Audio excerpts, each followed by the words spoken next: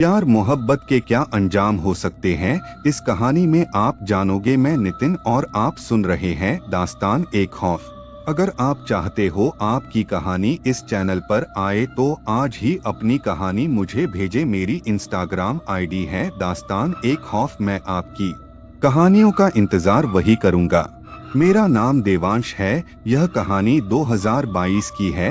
उस वक्त मेरी मामा की लड़की की शादी थी। यही कोई दिसंबर का महीना था। ठीक मैं और मेरी माँ, साथ ही मासी और उनके बच्चे सब गए थे। शादी बहुत धूमधाम से हुई। वहाँ पर मेरे मामा की लड़की थी, उसकी एक दोस्त थी। उसको ठीक एक लड़का पसंद था और वह लड़का उसके घर के पीछे रहता था। दोनों एक दूसरे को बहुत पसंद करते थे, लेकिन जैसे ही उसके घर वालों को मालूम पड़ा तो उसकी शादी करवा दी। पर कहीं ना कहीं वह लड़का अब भी उससे मिलता था। एक दिन उस लड़की के पति ने उन दोनों को बातें करते हुए पकड़ लिया। उसने उस लड़के को बहुत मारा। न जाने ऐसा क्या हुआ कि उस लड़की ने फांसी लगा ली। उसने वीडियो भी बनाया था फांसी लगाते हुए। उस वक्त वह लड़का बनारस में पढ़ रहा था, लेकिन उस लड़के ने यह बात किसी को नहीं बताई कि उस लड़की ने मुझे वीडियो भेजा था। 4-5 दिन बीतने के बाद वह लड़की लड़के को दिखाई देने लगी, परेशान करने लगी। एक रात जब वो लड़का सो रहा था कि तभी अचानक उसे किसी ने बेड से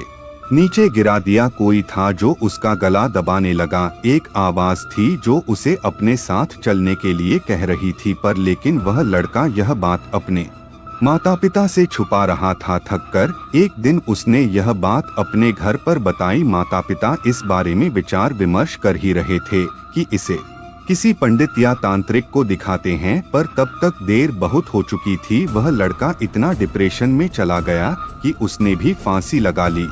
उसके घर वालों का रो रो कर बुरा हाल था। लेकिन असली कहानी यहाँ से शुरू होती है। उस लड़के की तेरा भी सब कुछ हो गया। हर कोई अपने अपने घर चला गया और अपने अपने कामों में व्यस्त हो गया। लेकिन इसके 2-3 दिन के बाद एक लड़का था, वह अपने टेरेस से ऐसे ही इधर उधर देख रहा था। तभी उसकी नजर उस घर पर पड़ गई जहां पर उस लड़के ने फांसी लगाई थी। उसने देखा कि उस छत की टेरेस पर 2 परछाइयां घूम रही थी। जब उन दोनों का ध्यान उस लड़के पर गया तो लड़के ने जैसे ही उनका चेहरा देखा तो वहीं पर बेहोश हो गया। धीरे धीरे उनकी परछाई पूरे गांव में दिखने लगी। कई बार तो वह आत्माएं धीरे धीरे सबको परेशान करने लगी। फिर एक दिन पता नहीं कहां से एक अगोरी बाबा आए। उनको देखकर सबके मन में एक शांति सी हुई। सबके सब यह सोचने लगे कि अब बाबा जी से इस बला से छुटकारा मिल जाएगा। लेकिन जैसे ही बाबा ने पूजा की बात करी और ठीक शाम को उनकी बताई हुई जगह पर पहुंचे तो तांत्रिक मरा पड़ा मिला। गांव में एक तरह से दहशत फैल गई। सबने मिलकर बहुत से तांत्रिक को दिखाया, पर कोई उनकी मदद करने को तैयार नहीं था।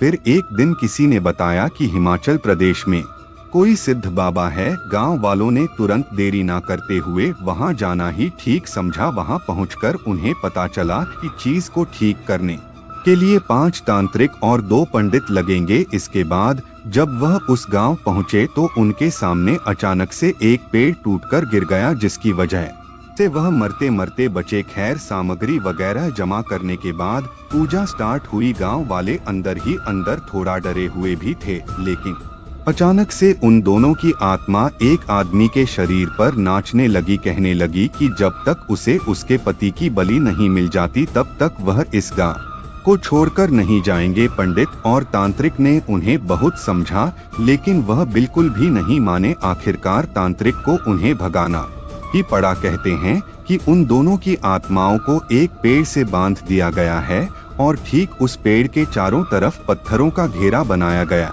है। देखने में वह पेड़ सब में अलग ही नजर आता है, पर खैर मैं सर का बहुत तहे दिल से धन्यवाद करता हूँ।